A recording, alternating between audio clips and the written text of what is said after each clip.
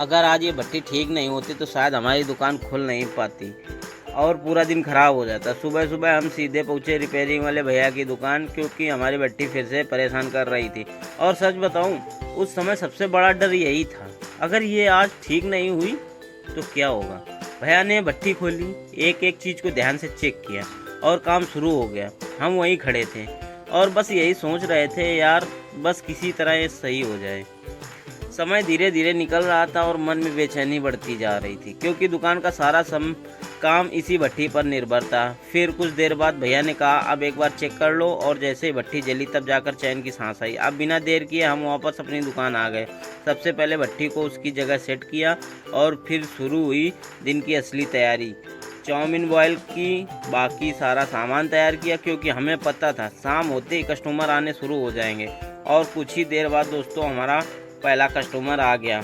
उसने ऑर्डर किया 1 plate fry momos, और बस यहीं से दिन ने करवट लेनी शुरू कर दी।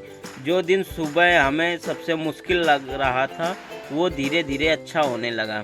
अब एक के बाद एक कस्टमर आने लगे। किसी को फ्राइड राइस चाहिए था, किसी को मंचूरियन, और हम लगातार ऑर्डर तैयार करने में लगे हुए थे। दोस्तों सच कहें, जब दुकान पर रौनक होती है और कस्टमर खुश होकर के अपना फूड एंजॉय करते हैं तो अलग ही खुशी मिलती है। कब समय निकल गया पता ही नहीं चला और देखते ही देखते रात हो गई। अब बारी थी दिन के आखिरी काम की।